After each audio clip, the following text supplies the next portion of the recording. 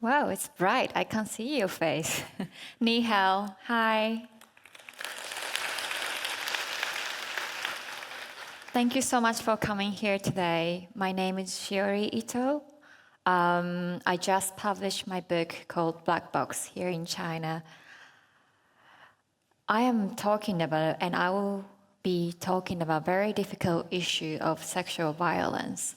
And it's been very difficult to talk about in Japan, and this issue is someplace have seen as a taboo issue. So I'm very happy that you're here today to listen this. And I have to warn you, it's gonna be heavy, but I'm with you and you're with me, so I'm gonna talk about it from now on.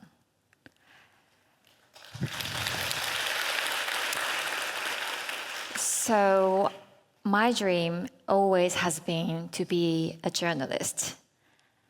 And I realized, especially in Japan, media are quite male-dominated world. As you can see this photo, this is me. And it was press conference of ex-prime minister. Most of them around me were men. And that's how it is in Japan. And sometimes I struggle a lot as a female reporter. But I believe in telling story. I believe in the truth, so I love what I do. When I was about to start my career, when I was starting this career, I was raped by senior journalist who was very powerful. And from that day on, many things has changed in my life. Investigator told me that I won't be able to work in Japan if I report. And I did feel many pressure around me from the society, from the media as well, when I was trying to report this to police. So after that, when I went to police, they told me, Shiori, I don't think you can work in Japan anymore. So I would try to work with foreign media after that. And this is one of the examples I did. I went to Peru. I covered cocaine story in the jungle. And this is in Colombia. I covered the story about oldest, longest guerrilla organization. And that was the time when they made a peace agreement. So I covered the former guerrilla fighter, women, female fighter. This was in Japan. It was about loneliness. And this is my current project, which is in Sierra Leone, West Africa. I don't know if you know about FGM. It's female genital mutilation. And it's very harmful practice that it's still happening in Africa, but also in Asia. This is completely whole topic, so I'm not going deep into that. But after I encounter the violence of rape, sexual violence, I am more connected to this issue, the struggle of women and children in different places. So no matter what kind of theme I'm covering in documentary film or reporting, I end up meeting people like her in this screen who is trying to fight to raise their voice to change the society better, to protect themselves. So that has been my main work. So now, today, I want to talk about then how can we stop sexual violence? And what is sexual violence? So first of all, I want to talk about consent. Unfortunately, in Japanese rape law, we don't have the line of consent. So this is a big problem. And I want to show you one example. This is a survey from NHK, our public TV station in Japan. They did a poll. So to the people, what do you think is a consent for sex? And as you see, some of them answered, okay, if we go dinner or eating out together, 11% think they can have sex. Can you believe that? But that was the survey from NHK. And the other one is, if you are taking the same car, 23% thinks that's consent. And if you are drunk, 35% thinks that's the consent. Come on, we are, working daily basis, living daily basis. And if these things are showing our consent, that's so scary. So why we don't know about consent is because they don't teach us in school, especially in the public school where I went. They never talked about consent. What I learned in the school was, I don't know if that was same for you guys, girls go to that classroom, boys go to that classroom, and we learn separately how to make a baby, how STD is scary, and that was it. Because they don't want to talk about sex. So, none of these, what was listing, drinking together, eating together, getting on the car together, being drunk, is not consent. I hope we share that idea. This is a photo of 4-year-old rape survivor.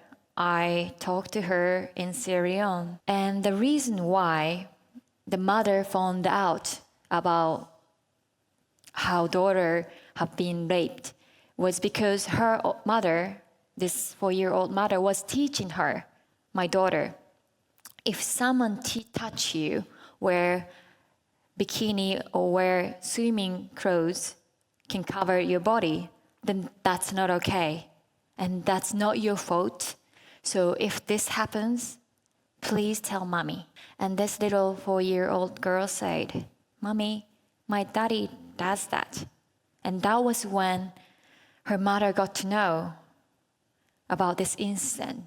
So what I want to highlight here is, especially for kids, they don't know what it is. So what we need to teach is, first of all, if this happens, it's not their fault. And you have to provide a safe space that you can tell. They can report it to the parents or anyone. And one of the difficult things is sex education. It's always a topic. It's really hard to change education. In Japan as well, it's really still backwards, and we don't talk about consent. We don't really, teach young age the genital part of male and women. But if we don't know the part, children cannot explain what happened. So in Sierra Leone, this exactly rape crisis center, 90% of victims were child, and they didn't know how to describe. So they were always saying, someone did to my back. They couldn't describe because they don't know the name. So again, it is so important to teach them. And if it's not possible in school, it is possible to do it at home like this mother. And another things we need to change is social support. When this rape happened to me, I didn't know what to do. But I found rape crisis center in Tokyo. There's only one which was running for 24 hours. And I called them. I was still so scared. But what they told me was that I have to be qualified. So first of all, I have to take interview. And that center was 2 hours away from where I was living. And I couldn't go. I was too scared to go out, take public transportation. And so I didn't do it. These rape crisis center should be more accessible. It should be based in a hospital or wherever you can reach, because the first things you need after you receive this incident, you need physical evidence. One of the examples I want to point out here is, this is where I visit. It's Stockholm, a hospital in Stockholm. They have 24 hours, 365 days rape crisis center. And if you go there, your physical evidence will be captured.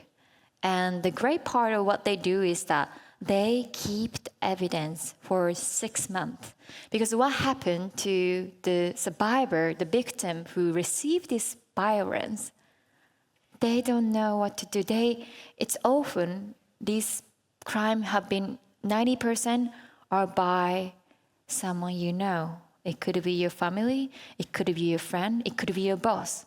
So you get confused. Can I go to police? What happened to my relationship? What happened to my life? So you need a time to think about it. So here in this hospital, they keep this physical evidence, which is very crucial for the investigation time, to let you think for half a year. And here you can also get psychological support as well, because this is really something you need as well. So we really need more rape crisis center to have whatever you can access. This is one of the example of rape kit. So basically you get physical evidence and you report which part of your body have been violated. This is the survey from Japan, but only 4% of victims can go to report to police. Why? Why 96% decide to not to go? Most of these cases, 90% are done by someone you know. And here you have to remember, these sexual violence cases, could be sexual harassment, it's often done by someone who have power more than you. It could be teacher, father, your boss, and that makes it harder to report. And other reason why it's so hard to report in Japan, because only 8% of female police officer are in the field. So you know, you want to report, but you have to talk to the male officer. That's really hard. That's very hard. And for my case as well, I went to police. I explained what happened. I had to explain in the reception in order to beg them to talk to the female officer. When I talked to her, after it took me like 2 hours, I was sobbing, crying, scared. And in the end of the conversation, the female officer said, "I'm so sorry, but I'm from traffic department, so I cannot take your report. So please talk to the senior investigator who's man." So the problem here is not only that we have a little number of women, but also we don't have the higher position of female officer. That is one of the problem in Japan. And other part is, this is also what I experienced, but some of the cases, you have to reenact the rape. What happened to me was that I have to lay down on the mat, and three male officers brought a life-size doll, and they put it on me, and they asked me reenact the nightmare, the rape, and they had to take photo of that. And when this happened, I remember I have to switch all my mind off, because this was just too horrific, too traumatic to do. So when I talked to other survivors who couldn't go to police, they always point out, because we have to talk to the male officer who would never understand, who would question you. You might have to go back to the crime scene where you never want to go back. And you might have to reenact this experience that you never want to remember physically. That makes survivor really hard to report. As you can see, this is a ranking of how many cases in different countries we have in terms of when it comes to sexual violence, rape. This is only counted as the cases which have been reported. So Sweden, you might think, oh, Sweden is such a dangerous country. But the truth is, as I said, Sweden, it's easier to report because you have time to think for 6 months. And also the way they count the incident is different. They count one rape as one. So that's one of the reasons why they have a very high rate. But here, Japan is 1.187.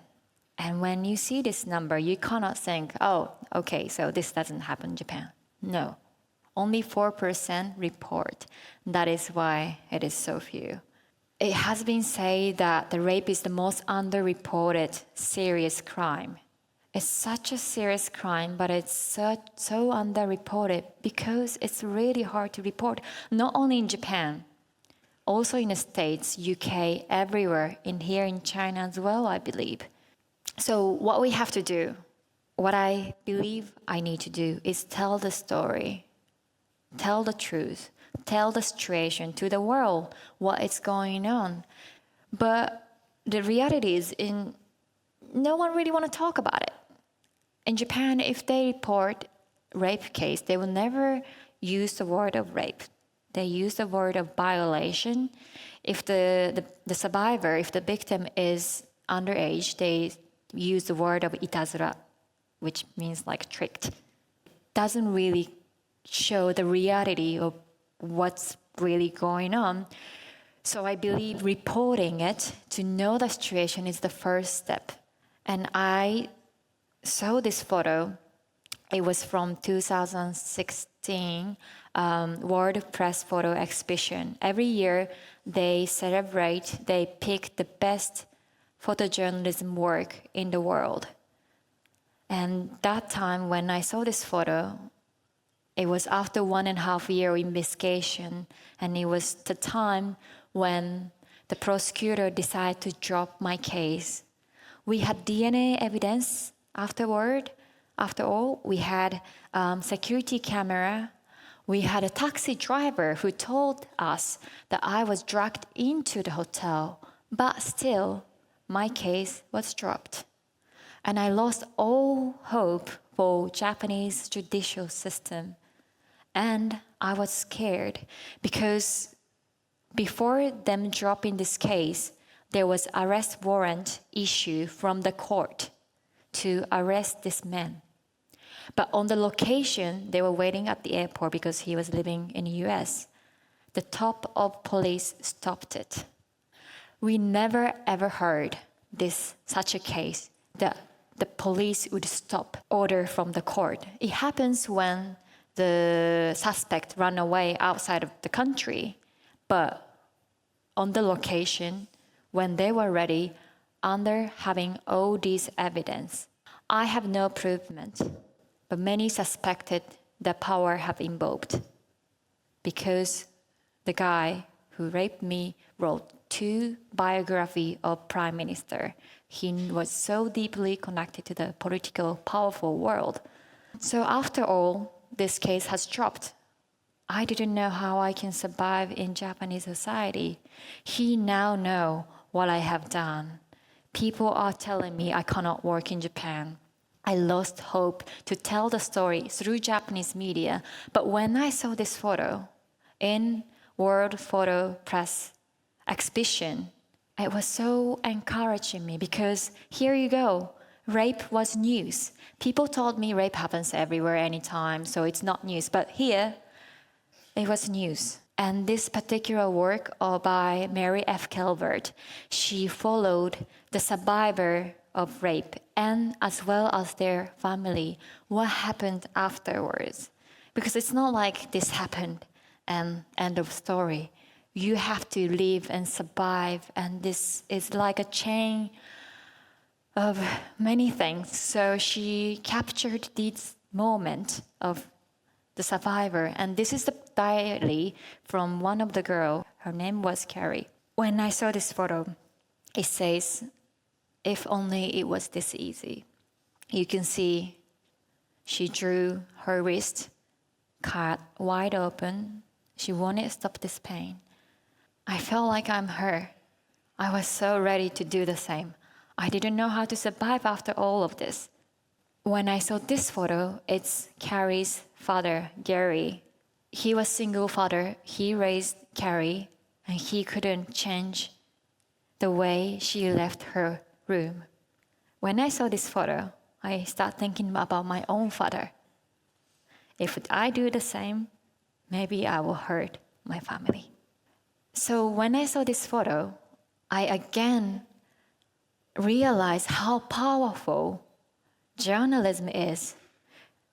Unfortunately, Carrie is no longer in this world, but because of the work of Mary, I received her pain and message and the struggle of the father who is still in this world. And I realized, okay, if I'm ready to end my life, then I'll do the best I can do in journalism to tell this story, tell my own story. If no one can talk about it, then I will use my experience as an example.